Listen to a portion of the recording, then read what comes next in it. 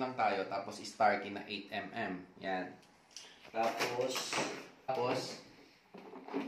siyempre, socket set. Tapos, mayroon pang isa. Ito, yung binili natin to na Moto Power na OBD2 scanner para malaman natin kung ano yung problema ng fault code ng makina. Tara, let's get it on! Bomba! Ayan, tanggalin muna natin yung airbox. Daddy po ah. Ayan. Airbox. Tapos dito lang tayo nagbabaklas. Ayan, yung gamit. Ayan. Ayan. Ayan yung helper ko. Ayan. Sarami trunk. Baklas tayo ngayon. Subukan natin gawin yung error code na P0401. Ayan yung sasakyan. Boss ko kasi kaya pinagtsatsagaan ko talaga. Mahal ang paggawa rito sa Northern Ireland. Kung kaya mo, lakas loob, ikaw nang gumawa. So ngayon, eto nga, subukan natin siyang gawin ngayon. Pakita ko sa inyo mamaya kung ano yung update. You got this. Tigas. Hehe. Nawawala si Daddy eh. Hindi matanggal eh. Malamig pa. Oh, malamig pa daw. Narinig mo yun? Dapat ganun kahusay kayo ni Daddy. Bye-bye. Yan mga boss ko. Sobrang Sa tagal madumi. natanggal din pero pakita natin kiyan kung ano yung Madumi. itsura nung valve. Ayan yung sa ano niya, sa EGR cooler niya. Ayan, nakikita naman, no? Medyo talagang nagtutong siya. Tapos etong cooler na sinasabi ko, bale yung medyo mahirap ilabas. Napakaraming bolt na ano, na 6 na naka tumulo na. Ayan, tingnan mo. Barado. Ibig sabihin, talagang diyan nagkakaroon ng insufficient airflow. Okay lang yan na coolant. Bye-bye yung helper ko. Mga boss ko. Ito, try lang to pero lapit ka rito. Tena na yung ginagamit natin para matanggal ko yung mga carbon. Pero, ayan no. Possible. Yan no, pakita mo nak. Huwag masyadong malapit. Medyo talagang ano, malala yung carbon niya. Drill na to. Oh, ang dumi ng nilalabas niya. So, pag ganon, pag di natin na-revive to, wala. GR cooler, natanggal natin yung ibang hole, pero ang problema natin, wala tayong mabiling drill stick na to, stick. So, wala siyang, hindi siya sharp. Yan na lang yung ginamit kong pang ano, so no choice ako. So, ganito lang yung ginagawa natin, pinagtsatsagaan natin. Babarena mo yan, i-drill mo, oops.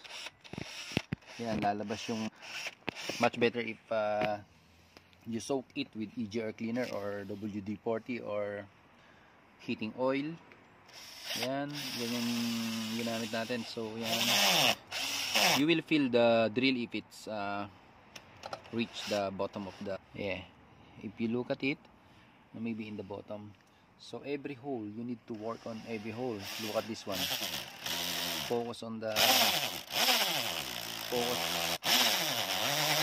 look at the particles, the carbon buildup. Yeah. Yes.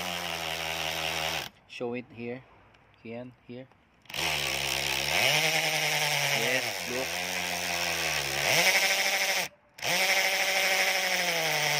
Look at the carbon buildup. Oops. Until you reach the bottom. So if you look at it, look the tube, look how so big. So look at the stick now. So that's the carbon buildup from EGR cooler. I have an odometer of 135,000 miles. So maybe this is the first time clean this EGR cooler and the EGR bulb. I did not remove the EGR bulb yet, but I just want to try to Tomorrow. maybe tomorrow or the next day off. So we will bike for now. We don't have car for until we fix this one. So, see you.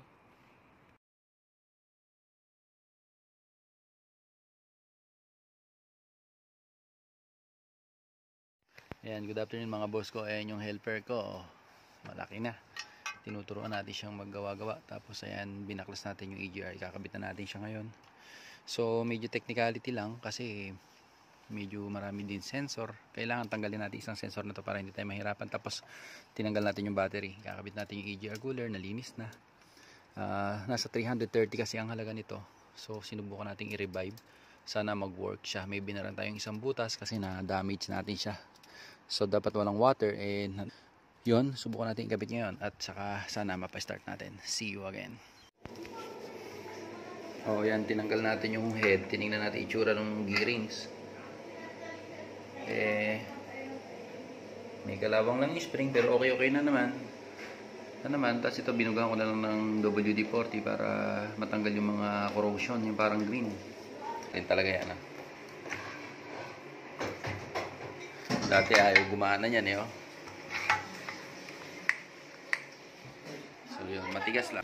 So ngayon nabuhay na natin yung ano, yung flapper valve, yung butterfly. Ngayon kung mapapansin nyo natin, etong ano, pag umandar pala siya, yan, nakaangat na kagad yung ano niya. Nakaangat na kagad yung diaphragm niya. Ayan, o, nakakulan. Okay na rin. Nagpuno na siguro yan dyan sa cooler, but binabantayan natin yung smoke. Ayan, pag uminit natin na natin kung mawawala na yung smoke nya. Hopefully mawala na yung problema natin sa EGR cooler at sa EGR system. Sa warning, wala na tayong warning, so kampante na tayo doon. Ang binabantayan na lang natin yung leak nung nabutas na EGR cooler, yung banda rito. So ito may tubig at saka may dumadaan yung intake exhaust natin dyan ng gas.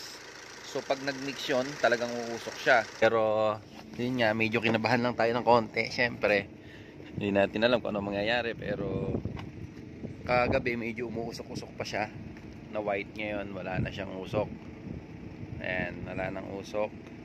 Observe na lang natin siya for mga 2 to 3 days kung mawawala. Usually ganun nagsa-shutdown yung ano, warning. So hopefully mawala na yan mga ilang araw lang hanggang bukas or something. See you again.